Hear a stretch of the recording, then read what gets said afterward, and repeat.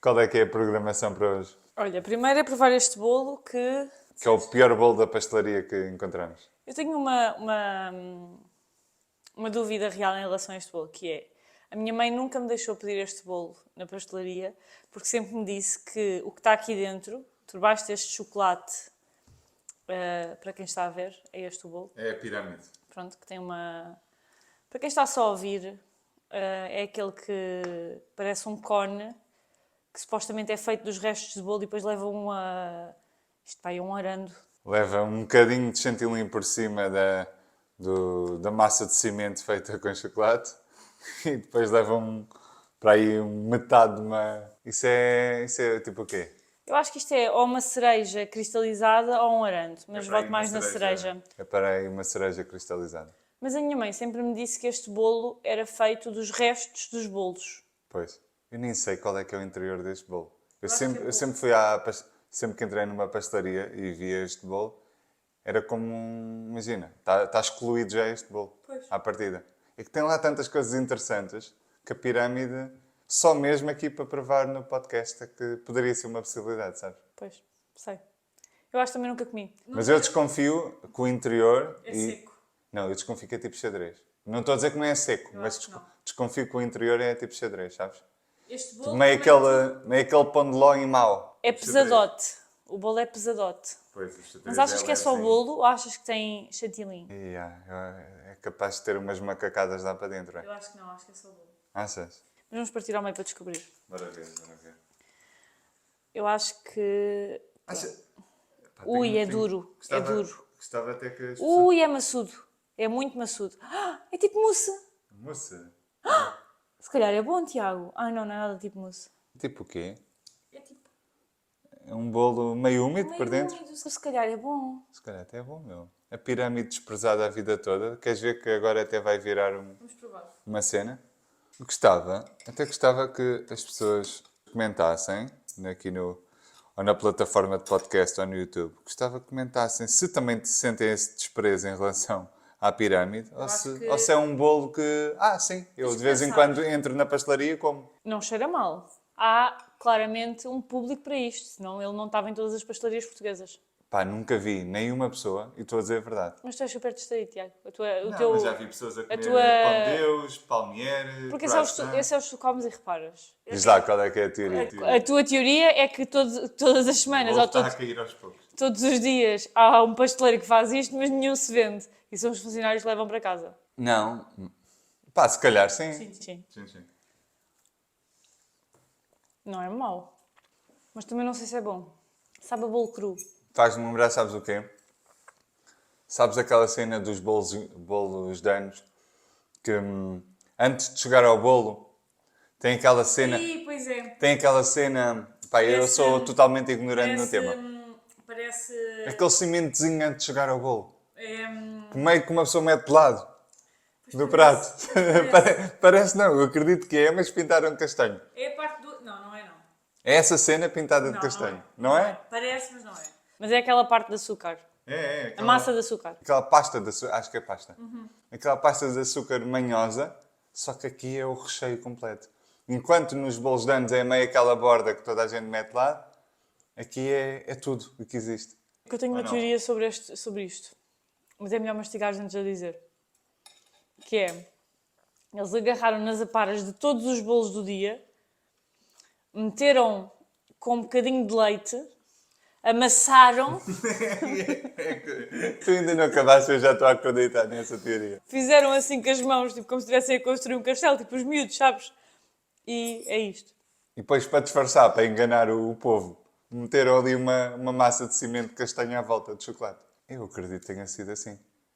Como é que vamos rentabilizar estas aparas que vão para o lixo? Mas a parte que está agarrada ao chocolate até é boa. Mas o resto acho que não é muito bom. Come lá a parte agarrada ao chocolate. Vou provar aqui a parte de chantilly. Eu vou cortar metade da cereja.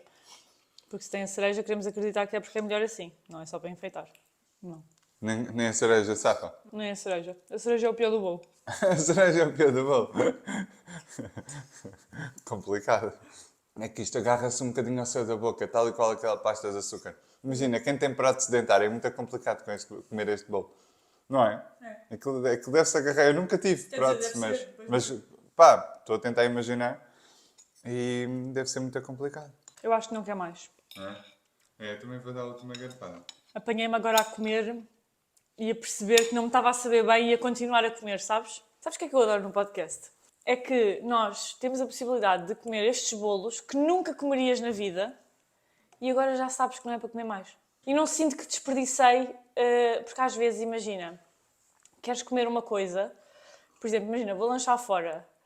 O risco de pedir uma coisa que eu poderei não gostar é demasiado grande, não achas? Sim, aqui como corres um risco menor, se não estiver bom, está tudo bem. Gravaste o episódio na mesma, descobriste se gostavas ou não. É, sim, é um risco muito menor. E até dá para brincar um bocadinho quando é mau, não é? Pois. Ou seja, Este realmente é muito a mal. Vá, não é vamos para esse nível do muito a mal? Não sei. Comias um inteiro. Jamais. Então? Mas há muitas coisas que eu não comi e não considero muito a mal. Tens de lembrar que Eu isto, acho são, que isto é isto são de as forma- aparas com leite. Isto é de forma consensual, creio eu. Agora, bué da gente escrevia a dizer: não, eu adoro a pirâmide, é o meu bolo favorito. Mas eu acho que é consensual que este bolo não é ok. Mas imagina, alguém tem que pedir isto. Este é o meu ponto. É que alguém tem que pedir este bolo. E isso é que eu acho assustador. Mas tenta também olhar por outra perspectiva. O bolo, vamos supor que é das aparas e dos restos, etc. Sai tão barato o preço de custo que se venderes 2 em 10 está bom porque é lucrativo. E depois o resto ainda vai para a ReFood. Imagina. É que ainda por cima, pode ser isso. esta pastelaria não foi uma primeira vez. Então nós sabemos que a pastelaria é boa. Então imagina, este bolo deve ser melhor que a maioria das pastelarias. Tem. Imagina, este bolo... Imagina o mau. Bem, para mim é um. Pois. 0.8. Se eu tivesse dado 2, dizia 1.8. O meu voto é sempre regulado pelo teu, já sabes. Tu metes ali o barómetro e eu agilizo para cima, para baixo, consoante aquilo que eu acreditar. E hoje vamos falar sobre o quê, Tiago? Hoje vamos falar de uma coisa muito importante que nós trabalhamos na terapia nutricional, no nosso método, que é o autocuidado. Vamos falar do autocuidado. Por acaso eu acho que nós já, desculpa interromper, mas acho que já fomos, em todos os episódios, ou na maior parte dos episódios, se calhar vamos tocando em alguns pontos, mas acho que nunca não temos nenhum episódio sobre este tema. Eu acho que temos, mas um tema é entre 2 ou 3. Achas? Sim, por exemplo, relação com a comida, autocuidado, por exemplo. Não estou a dizer que existe este episódio, que eu não sei todos os episódios de cor, não é? Esta mente não consegue armazenar tudo. Pois.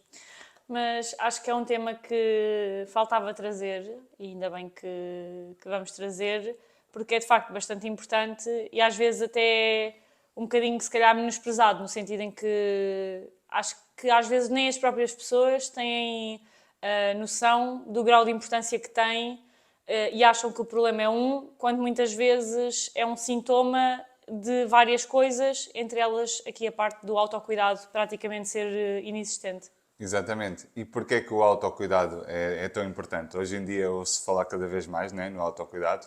É um bocadinho chavão da moda. E ainda bem, acho eu, não é? Ainda bem. Também, como nunca se tinha falado tanto de saúde mental, e hoje em dia é um bocado de moda falar de saúde mental. E ainda bem, porque se fala e isso é a moda, há oportunidade para se consciencializar mais a população acerca desses temas. Uma das razões pelas quais o autocuidado é muito importante é a parte da mensagem subliminar que estamos a dar a nós próprios. Ou seja, se eu estou a cuidar de mim, se eu estou a ter um ato de autocuidado, que mensagem subliminar é que eu estou a dar a mim próprio? Que eu sou importante na minha própria vida, que eu me valorizo, que eu quero saber de mim próprio, que eu tenho valor. Ou seja, todas estas mensagens subliminares são obtidas através de comportamentos que nós temos. Como é que nós fazemos em relação às outras pessoas? Quando eu não gosto de alguém, eu tendo a cuidar ou tendo a ignorar, a menosprezar essa pessoa? Qual é a tendência geral do ser humano? Quando eu não gosto, eu não cuido, eu afasto-me, eu não quero saber, certo? Então, quando nós estamos a ter esses comportamentos perante nós mesmos, qual é a mensagem subliminar que está por trás? Eu não gosto de mim, eu não quero saber, eu não tenho valor enquanto pessoa, eu não valho nada e como não valho nada, não vale a pena cuidar de mim. Porquê? Porque eu não tenho valor. Então é um ciclo que se retroalimenta, não é? Comportamentos geram mensagens subliminares e crenças acerca do meu valor pessoal. E comportamentos geram resultados, ou seja, no fundo, os resultados que nós queremos atingir ou que já temos na nossa vida vêm do ciclo de eu tenho pensamentos que geram determinadas emoções, que vai levar a determinados comportamentos, que depois vão levar a determinados resultados. Se eu quero determinado resultado, mas o comportamento que eu tenho não é consonante com esse resultado, eu não vou obter esse resultado. E muitas vezes as pessoas referem a questão da autoestima, por exemplo, que é um resultado que querem obter, ou seja, querem sentir-se melhor no seu corpo, querem ter mais autoestima, querem gostar de si. E se voltarmos para a parte do comportamento, um dos comportamentos mais óbvios que me parece que seja necessário para criar essa autoestima é exatamente um comportamento de autocuidado, porque quem não cuida de si muito dificilmente vai ter autoestima, porque nós cuidamos daquilo que tu deste ainda agora o exemplo dos outros. Nós, quando gostamos de outras pessoas, da nossa família, amigos, o que seja, nós cuidamos dessas pessoas. Depois a forma de cuidar varia de pessoa para pessoa, naturalmente. Mas o cuidar, seja de que forma for, é um comportamento pilar. É um comportamento pilar? Não sei se é um comportamento pilar. Comportamento pilar existe? É um comportamento base. É um comportamento Comportamento-chave. Mas não está errado, mas a expressão é mais utilizada. Chave, sim. É um comportamento-chave para termos resultados como estes. Sim, sem dúvida. Repara, é um reforço da autoestima, sem dúvida. Porque se eu estou a ter determinados comportamentos, eu pressuponho que eu tenho determinado valor. E repara, nós podemos dividir o nosso cérebro entre cérebro racional, que é aqui o córtex pré-frontal associado ao raciocínio lógico, etc., e o cérebro emocional. É o cérebro do sistema de recompensa, das emoções, do automático. Ou seja, este cérebro, o cérebro emocional, o do automatismo, ele aprende através da repetição. Enquanto o outro é através da informação, do conhecimento. Por exemplo, fazes um curso. É sobretudo aqui para o teu cérebro mais racional, mais cognitivo. O cérebro emocional não aprende dessa forma. Aprende através da repetição, da prática. Ou seja, se eu estou a praticar, lá está, a treinar o não querer saber, o desleixar-me, a nível de hábitos que privilegiam o meu cuidado pessoal. Se eu não quero saber, se eu estou desleixado, o que é que eu estou a repetir? O que é que eu estou a treinar aqui no meu cérebro emocional? Estou a treinar aqui uma noção de valor pessoal diminuída, uma autoestima mais debilitada, não é? Sim. Então é importante termos consciência disto, porque se tivermos consciência disto, percebemos a importância tão grande do autocuidado. Sim, e para além disso, por exemplo, mesmo a nível de relacionamentos, nós às vezes podemos olhar para esta questão do autocuidado de uma perspectiva mais focada em nós, mas a verdade é que acaba, por exemplo, por também ajudar a melhorar os teus relacionamentos à tua volta, porque tu, estando bem contigo própria, também tens mais disponibilidade mental, emocional, para estar com os outros, para dares o melhor de ti aos outros. Então acaba por também ser quase se eu quero estar bem para a minha família, para os meus amigos, para os meus filhos, o que seja, então se eu cuidar de mim, eu de alguma forma também estou a alimentar esse cuidado que posso ter com os outros. Exatamente. E é uma das crenças, existem várias, mas é uma das crenças que mais limitam as pessoas, que é acreditarem que tirar tempo para mim, cuidar de mim, é egoísmo. Não, eu tenho é que servir o próximo, eu tenho é que servir os meus filhos, eu tenho é que servir o marido, a mulher, eu tenho é que servir os colegas, os amigos, seja quem for. Certo? Então, e cuidarmos de nós? E servirmos a nós? Por quanto tempo é que nós vamos aguentar servir tudo e todos e internamente não nos servirmos a nós nunca? Ficarmos sempre... Aliás, eu até na brincadeira costumo dizer, às vezes nós nem nos colocamos em último lugar, simplesmente nem estamos na lista. Porque às vezes nós não nos colocamos Exato. na lista. Até colocamos um estranho, um desconhecido em último lugar da nossa lista de prioridades, mas nós nem lá estamos. Eu vejo esses padrões nas consultas de terapia nutricional muito frequentemente. Pessoas que são super certinhas em termos de calendarização das tarefas, têm ali tudo dividido E até um exercício interessante que eu às vezes faço quando me apercebo disso, que é, de uma maneira rápida e simples, define quais é que são as prioridades da tua vida. Pessoas, tarefas, etc. E quando eu vejo nas prioridades, às vezes a pessoa até está ali no top. Não aparece em primeiro, é raro a pessoa que se mete em primeiro, mas aparece ali em terceiro e em quarto.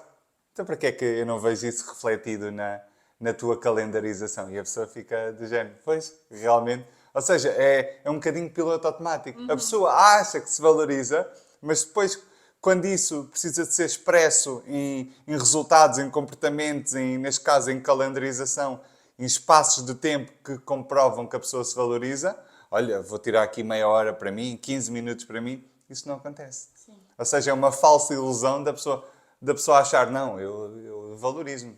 Não me valorizo em primeiro lugar, mas valorizo-me. Mentira, às vezes não te valorizas. Nem tens a consciência do quão te Não, desvalorizas, exatamente. que nem apareces na tua lista de prioridades. E eu acho também importante dizer que não necessariamente nós estarmos a dizer que não ao outro, não no sentido de se eu me estou a priorizar, então tenho que dizer que não a algumas coisas, não é? Para me conseguir colocar em primeiro lugar. E não necessariamente isso tem que ir contra os nossos valores, porque às vezes eu sinto que as pessoas sentem que ao se estarem a colocar em primeiro lugar, estão, por terem esta crença de que estão a ser egoístas, estão a ir contra os seus próprios valores de não estarem disponíveis para as pessoas de quem gostam, percebes? Já nem estou a ir para os desconhecidos ou por exemplo, para o trabalho, que às vezes nem querem ter aquela disponibilidade, mas o facto de não conseguirem dizer que não já as obriga a ter, essa disponibilidade. Mas não necessariamente nós temos que ir contra os nossos valores, nós só temos que encontrar um equilíbrio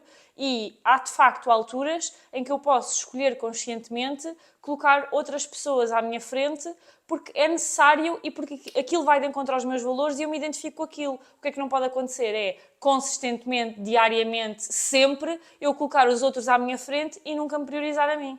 Exatamente. É importante, é como tudo na vida. É preciso haver aqui Equilíbrio. uma dança, uma flexibilidade, uma capacidade de cedência. Ok, não me meti como prioridade esta semana. Para a próxima, sem falta, vou ter que arranjar aqui um espacinho para me voltar a colocar como prioridade. E uma forma muito interessante de mudar a nossa perspectiva, quando a pessoa tem aqui uma necessidade muito grande de servir o próximo, que eu acho simplesmente incrível e identifico-me com isso, mas tem uma incapacidade de servir a si mesmo, é pensar assim: se eu não me servir a mim próprio, por mais quantos anos é que eu vou aguentar a servir os outros? Porque repara, Se é que são anos. se é que são anos, eu já estou a ser simpático e a ter uma visão de longo Sim. prazo, mas pode ser menos tempo. Se eu realmente estiver sempre na roda viva, a trabalhar, a trabalhar, a trabalhar, a atender filhos, marido, amigos, etc., e nem retiro um espacinho para mim, nem tenho um momento de descompressão, nem tenho um momento de lazer, de fazer o que eu gosto, quantos anos é que eu vou aguentar nesta roda viva sem realmente acabar por arranjar aqui um problema de saúde mental, como por exemplo um síndrome de burnout, por exemplo? Sim. Quantos anos é que eu vou aguentar nesta vida? E a pergunta que eu me devo fazer logo a seguir é: então, e se eu arranjar este desafio aqui de saúde mental? Será que eu vou continuar a conseguir servir as outras pessoas da forma como eu sirvo hoje? Ou vou ficar completamente incapacitada por não sei quanto tempo de servir quem mais eu amo? Ou seja, esta forma de nos fazermos auto-perguntas ajuda-nos muito a desconstruir aqui crenças que acabam por enviesar e condicionar completamente a nossa vida e a forma como nos comportamos. Sim, tocaste aí no tema do burnout e eu acho que também vai ter ao próximo ponto pelo qual o autocuidado é tão importante, que está relacionado com a gestão de stress e ansiedade, porque obviamente muitas vezes o stress e a ansiedade vêm de um ponto em que nós não paramos, nós não temos pontos no nosso dia ou na nossa semana para descomprimir, para relaxar, para descansar. E quem diz descansar, o descansar não é só o dormir ou estar sem fazer nada, apesar de ser super válido, mas ter atividades no nosso dia-a-dia ou na nossa semana, não vou ser tão otimista assim como no dia-a-dia, que nos reenergizam e que nos dão energia e que nos dão forças para depois fazer outras atividades que nos retiram energia. Porque lá está, isto é uma balança, é um equilíbrio e temos que encontrar este equilíbrio de não é só... Nós podemos pensar nesta questão da energia como se fossem unidades de energia, como se fossem quase moedas de troca. Tu tens que dar moedas, mas também tens que as receber, também tens que as ganhar. E podemos pensar nisto quase como se fosse um jogo. Tenho de ter determinadas atividades no meu dia-a-dia para ganhar as moedinhas, tipo Super Mario. E depois vou ter algumas em que vou ter que dar essas moedas para dar. Mas se eu só dou moedas, eu vou arranjar uma dívida. Exatamente, exatamente. Sim, podemos olhar isto como se fosse um saldo bancário. Exatamente. Temos 1000 € na conta. Se tivermos despesas de 1200, o que é que vai acontecer? Pode não ser no primeiro mês, mas a médio prazo, o que é que vai acontecer?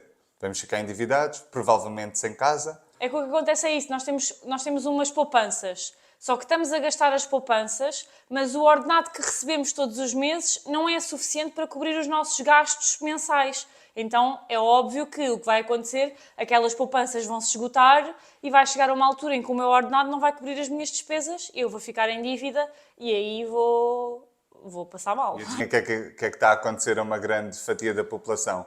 As unidades de energia gastas são superiores às unidades de energia obtidas ou reenergizadas, recebidas, exatamente. Ou seja, isto acontece porquê?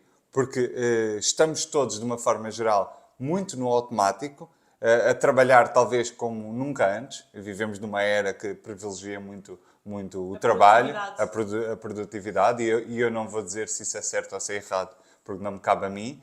O que é que eu vou dizer? Vou dizer que é preciso um contrabalanço. Ou seja, se estamos a gastar muitas moedas de energia, aqui nesta analogia que nós estamos a fazer, e não estamos a receber nenhuma moeda, ou seja, o autocuidado pode ser uma forma de nós recebermos as moedas e arranjarmos aqui um equilíbrio entre o gasto e o ganho ou o reenergizado. Então o autocuidado pode servir aqui como uma forma de recuperar energia. Porquê? Porque estamos a criar momentos de forma intencional, a calendarizar momentos na nossa semana, no nosso mês, no nosso ano, que nos permite aqui fazermos coisas que nos preencham, simplesmente termos momentos de descompressão em que não estamos a fazer nada. Por exemplo, estamos 10 minutos à beira-mar.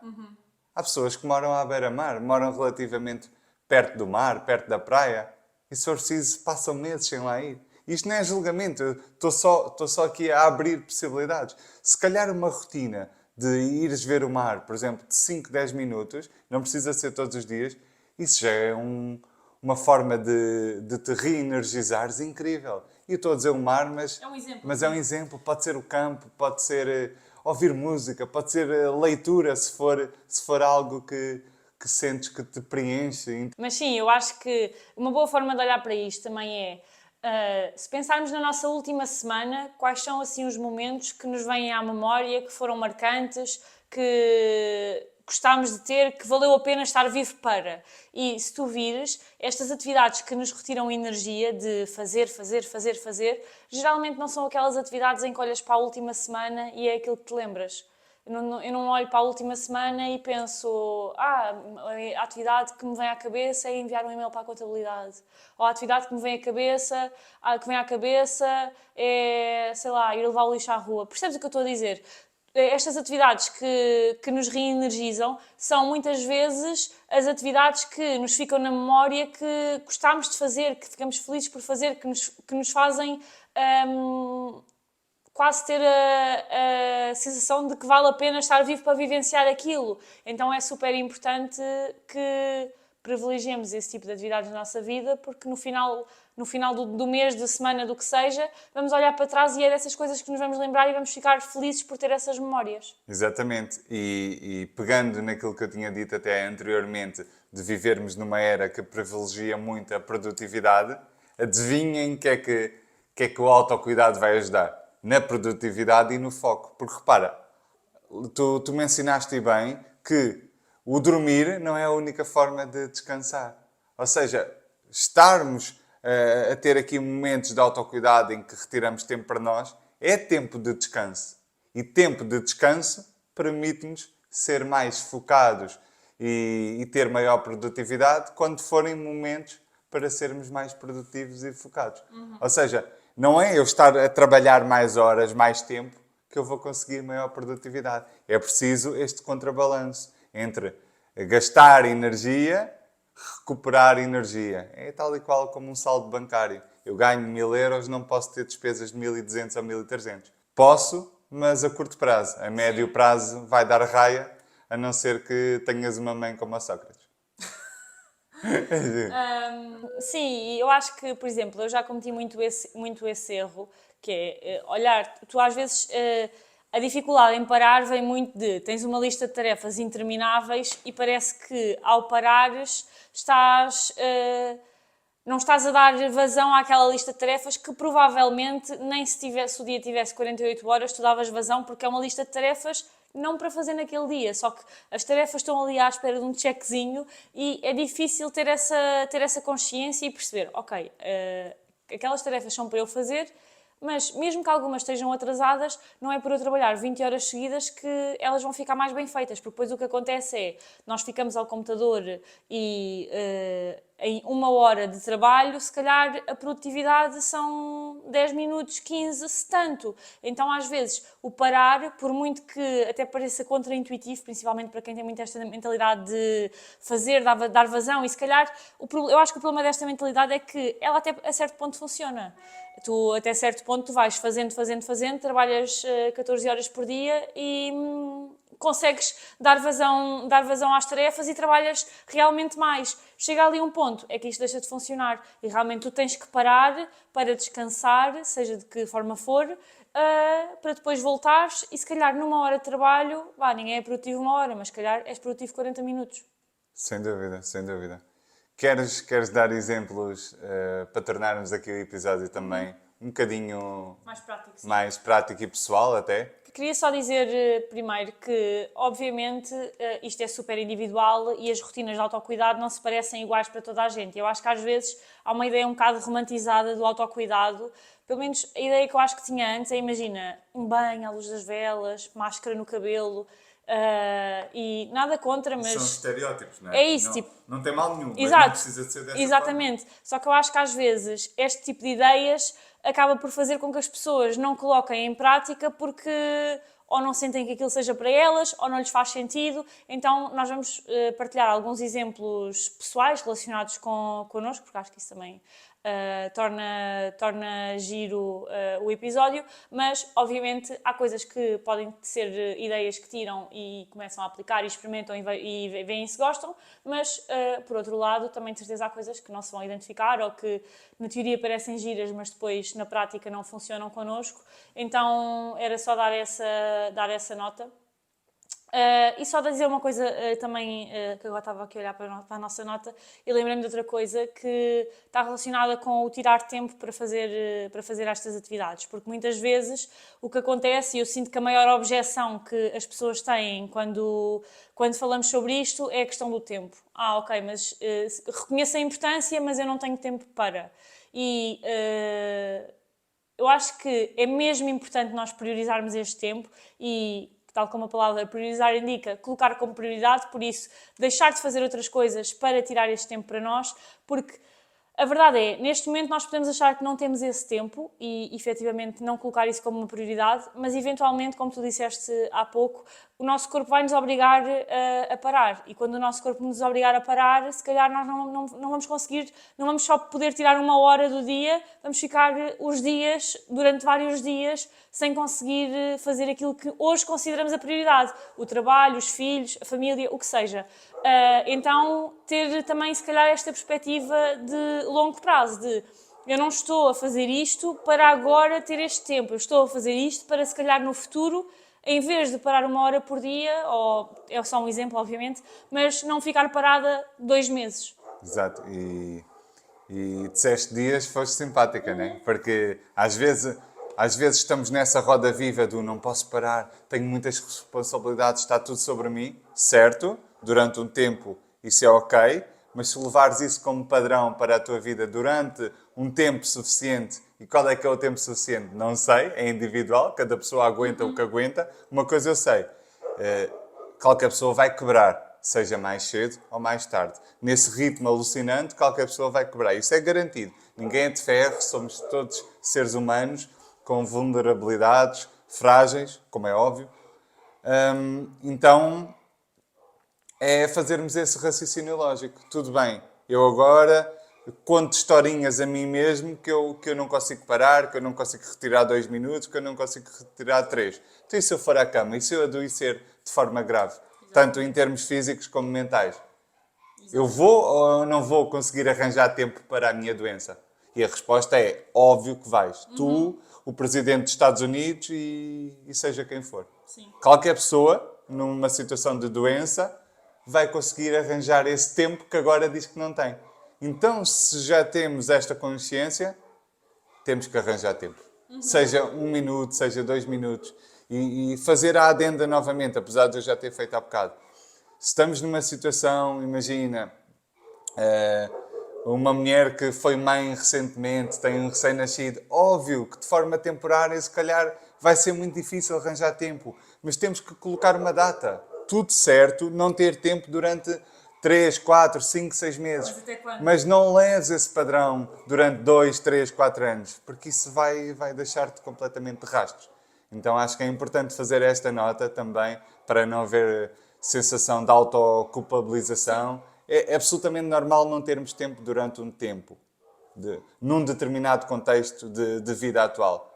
O que não devemos normalizar é perpetuar esta situação. É isso que eu queria ressalvar. E acho que é isto. Ok, sim, passando para os exemplos que tínhamos falado há pouco, eu acho que um exemplo que para mim fez toda a diferença e está um bocado relacionado com aquilo do banho com a espuma, sabes? Sim. Que acho que entra um bocado nessa categoria e obviamente para mim fez diferença porque é uma coisa que para mim tem importância e é uma coisa que eu valorizo. Para quem não valorize tem que encontrar algo do género que valorize, que é a questão de me arranjar e da maquilhagem. Houve uma altura, não sei se te lembras, já foi há alguns anos. Lembro. Tu partilhaste comigo na altura. Já foi para aí Há uns anos, sim. há 2 anos. Bem. Que acho que já foi há mais, estamos em 2024. Ok. Foi para aí em 2020. Imagina aquela altura de trabalhar em casa. Sim. Da pandemia, pois foi. Por exemplo, na questão da pandemia, isto obviamente eu fui percebendo com a prática, mas, por exemplo, trabalhar em casa de pijama ou não estar arranjada, eu geralmente trabalho com roupa confortável, mas não me arranjar como me arranjaria, se calhar, se fosse um trabalho fora de casa, isso para mim faz total diferença no meu mood. Eu, a partir do momento em que faço a minha rotina da manhã de creme na cara, etc., protetor solar, essas coisinhas todas, matilho, isso faz total diferença para a forma como eu me sinto e para a forma como eu encaro aquele dia. E quem diz isto diz, por exemplo, sei lá, se para mim é importante ir arranjar as unhas, ter as unhas arranjadas, ou se para mim é importante meter creme no corpo, meter creme no corpo. Este tipo de coisas que às vezes até são apelidadas um bocado como se fossem superficiais, eu acho que faz total diferença na maneira como tu olhas para ti, não porque... Não no sentido estético, mas no sentido interno de eu estou a cuidar de mim, estou a fazer isto por mim e tu automaticamente, e eu vejo isto nas minhas clientes, a partir do momento em que as pessoas, sei lá, começam a meter um batom, começam a dedicar algum tempo a si próprias, vão tomar um banho, metem uma música e estão a desfrutar daquele banho verdadeiramente, elas sentem-se automaticamente melhores. Eu acho que é das poucas coisas que traz resultados mesmo a curto prazo, porque tu sentes no final que, ok, isto faz mesmo diferença, não é, olha, tens que fazer 10 vezes para sentir a diferença, não. Tu fazes hoje e tu sentes a diferença hoje. Sim.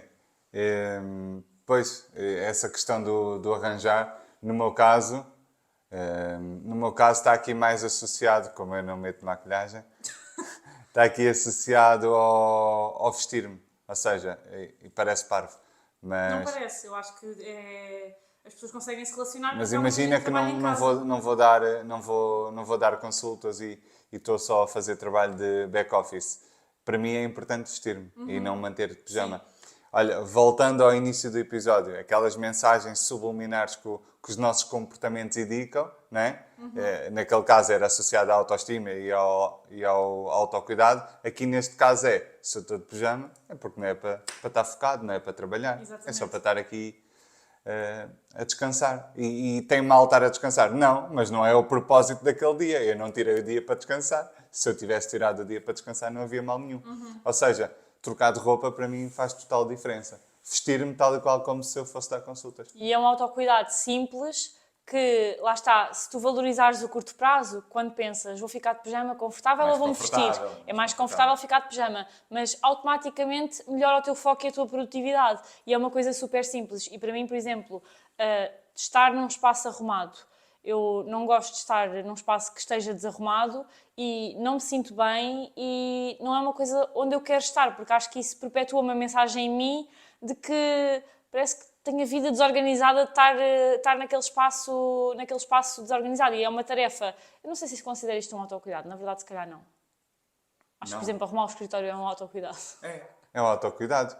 Autocuidado ambiental, ou seja, tu estás a cuidar do teu ambiente que te vai fazer sentir melhor. Repara, se para mim for importante eu estar a arrumar um quarto ou um escritório e se esse escritório estiver desarrumado, isso está a interferir com o meu bem-estar. Ou seja, se eu melhorar o meu ambiente, eu estou a melhorar a forma como eu me vou sentir nele. Sim, Logo, é é um autocuidado. Desconfortável no início, por exemplo, para mim, eu não adoro arrumações e assim, desconfortável no início. Imagina, eu gosto de ter tudo arrumado. Eu não gosto é do processo de arrumar. Pois. Mas há pessoas que devem gostar, que olham Mas para até aquilo gosto. como um hobby. Não olho como um hobby, mas até gosto Não, de mas há pessoas que eu vejo que gostam. estar a ouvir um podcast e assim. Para mim é um sacrifício. Há outras coisas que eu gosto mais. Por exemplo, prefiro lavar a louça do que arrumar o quarto. É, da louça. Estou a dar um exemplo. Sim. Estou ali tranquilo, a ouvir a água a correr. Sim. Depois, passando para outro género de autocuidados, nós só temos aqui algumas categorias e uma outra categoria insere-se na questão de, se calhar, coisas mais intelectuais.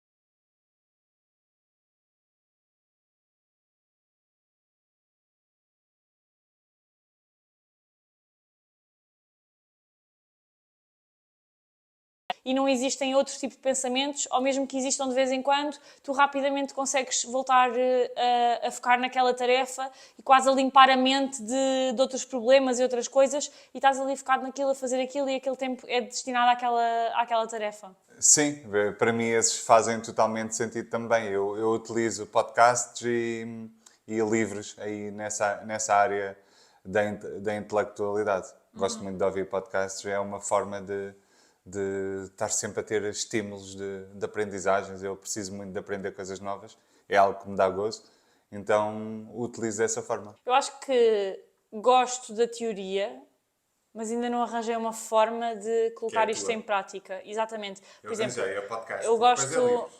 Eu o podcast pronto, eu o podcast também ouço, mas não associo tanto a este mindfulness, porque a minha forma de ouvir podcasts não é... Eu não estou parada a ouvir um podcast, eu estou a fazer outras coisas e aquilo está quase como barulho de fundo e eu vou ouvindo, estás a ver? Então eu acho que nesta categoria eu gosto muito da ideia do pintar, desenhar nem tanto, mas pintar. Mas eu pensei que estávamos a falar do lado intelectual e não mindfulness.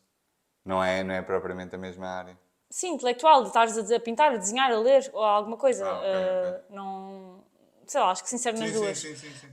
Mas acho que para mim a questão do pintar acho que é uma coisa que eu gosto, mas como não tenho jeito e o meu lado perfeccionista vem ao de cima, eu começo e gosto da ideia, mas depois na prática.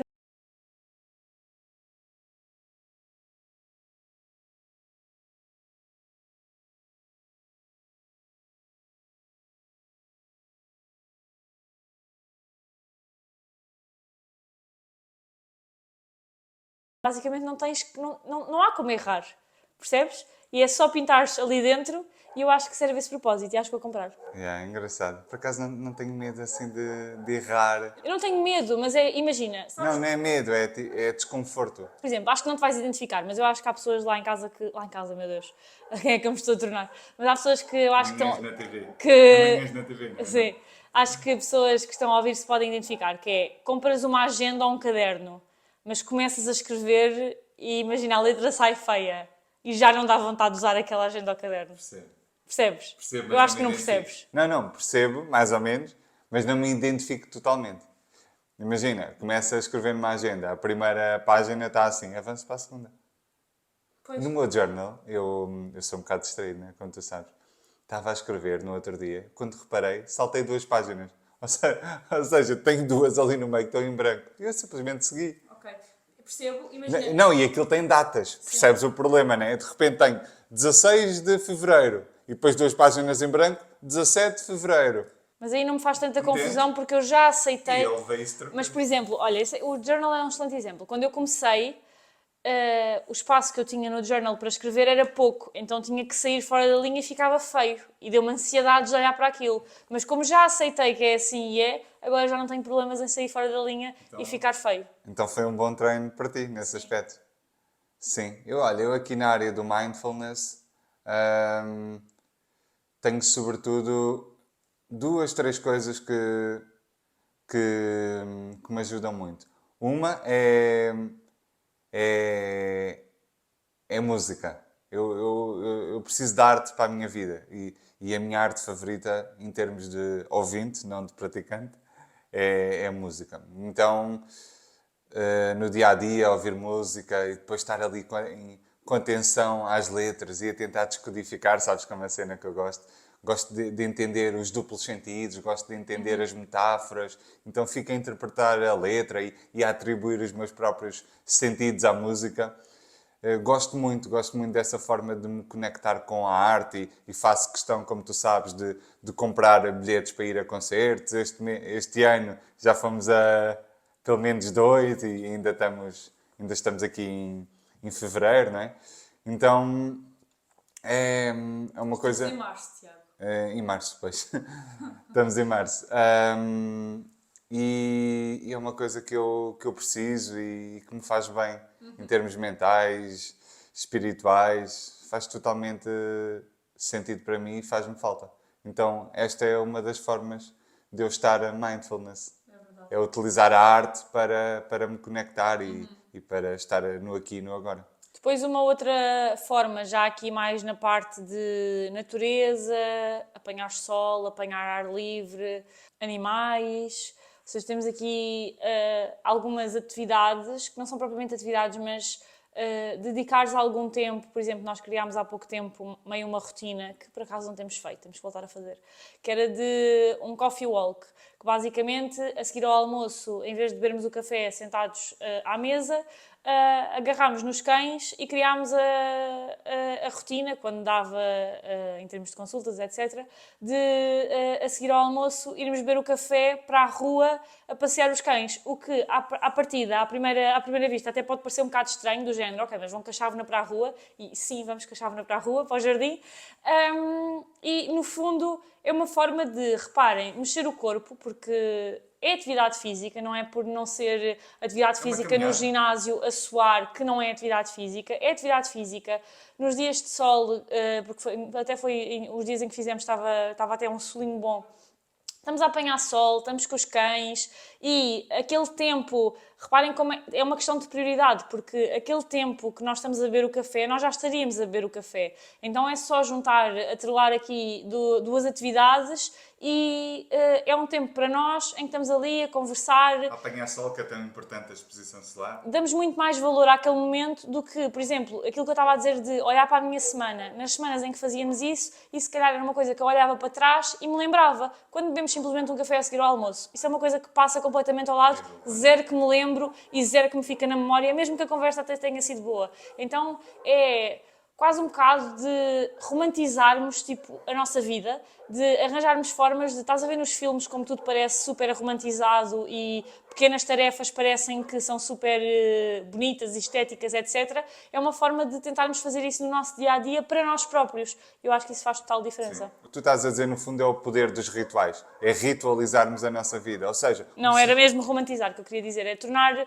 o poder dos rituais. Imagina, um café sentado na mesa depois do almoço é só um café. Mas se tu arranjares ali um ritual à volta daquilo, torna-se um momento interessante. Percebo o que é que estás a dizer, mas o que eu quis dizer foi mesmo romantizar, porque ok. é muito mais, é muito mais romântico. Romântico não no sentido de namoro, mas romântico Sim, eu percebo. visualmente, esteticamente. Romântico, a cena de irmos passear os cães com um café na mão, etc., do que estares ali simplesmente num dia de sol, estás fechado em casa a beber o café à mesa, percebes? Ok. Sim. Mas lá está, o poder dos rituais é muito importante. Sim. Então criarmos aqui pequenas nuances à volta daqueles comportamentos banais que já temos, podem tornar aqui as nossas rotinas mais bonitas e mais prazerosas. E era isto que tínhamos por hoje relativamente a este tema. Acho que podemos passar para o insight da semana. O que é que nos trazes hoje?